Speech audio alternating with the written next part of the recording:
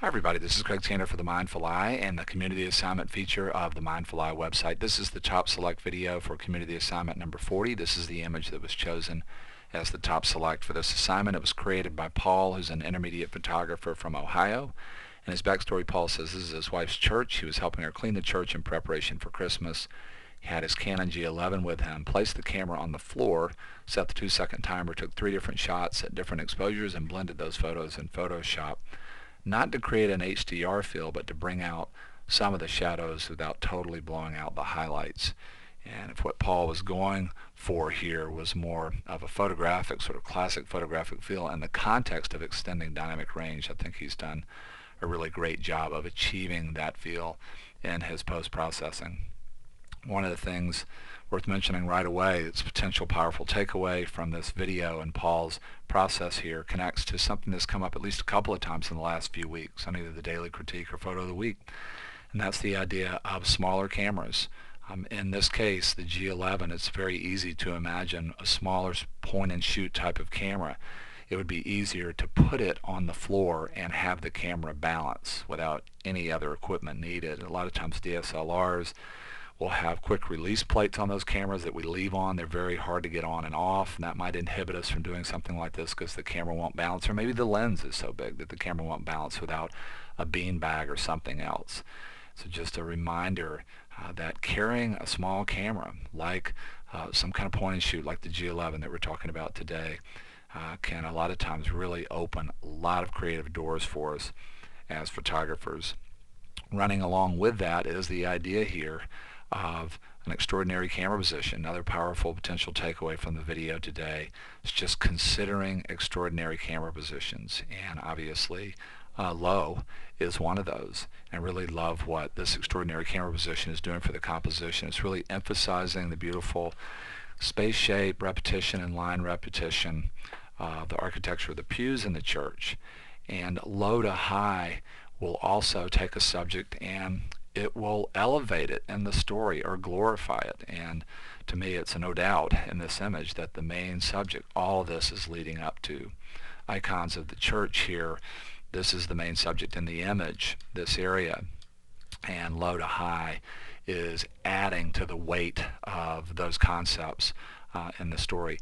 Another potential takeaway from the video today is just the idea of harmony of color or analogous colors, colors that are close to each other on the color wheel. I talk a lot about complementary color. Color opposites can be very exciting and fun to work with, can push things in a very sort of obvious, vivid direction where colors that are opposites that show up together take on a lot more visual weight.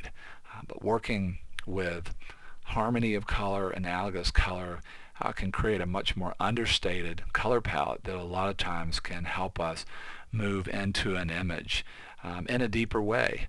And one of the beautiful things about Paul's image is that even though there are colors here that are analogous, all the colors that I'm seeing here, the browns and different shades of tan and coming over to the red and gold, they're all in one place if we're talking about a three-dimensional color wheel where we're not just talking about hue, but we're talking about saturation and value. All these colors are in the same area of the color wheel.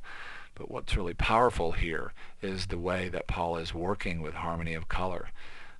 The strongest hues, this version of red and this version of gold, are colors that are on the main subject. And it's just one more way, in addition to camera position and framing, that Paul has really emphasized his main subject and is keeping a shot where we do have a lot of the same colors from becoming static or boring.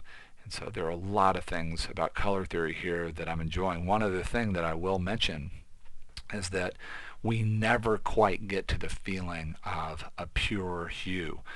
The hues are broken in some way. Obviously, these are more of what we would call earth tones or even some form of neutral. But when we start to push towards the stronger hues, there's still not a pure hue like a pure red or a pure yellow. There's a value change or something that's been added to these colors to keep them from being a classic hue. And these kinds of broken hues or in-between hues, again, can have a psychological effect that's more extraordinary.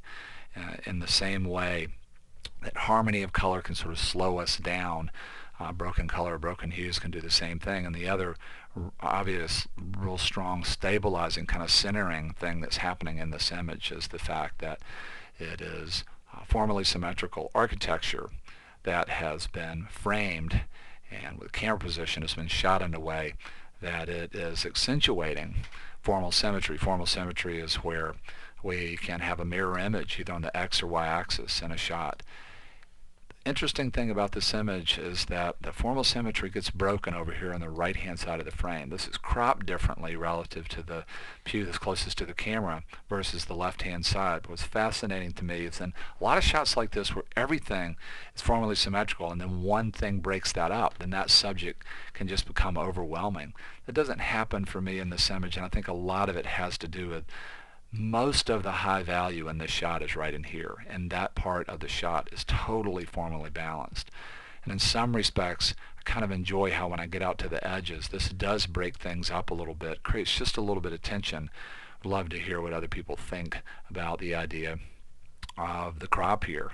You know, one thing about this crop is that it's a classic in terms of panorama, 2:1, and when we push towards these kinds of things that are familiar, people are used to seeing in panorama, 2:1, 3:1, that in and of itself can have sort of a stabilizing and unifying effect. Really beautiful image in a lot of different ways. I want to say a big thank you to Paul for sharing it with us, and I want to take this time to wish you a very happy new year and a great year in 2011. Thank you so much for all your support of the Mindful Eye. Hope to see you again real soon.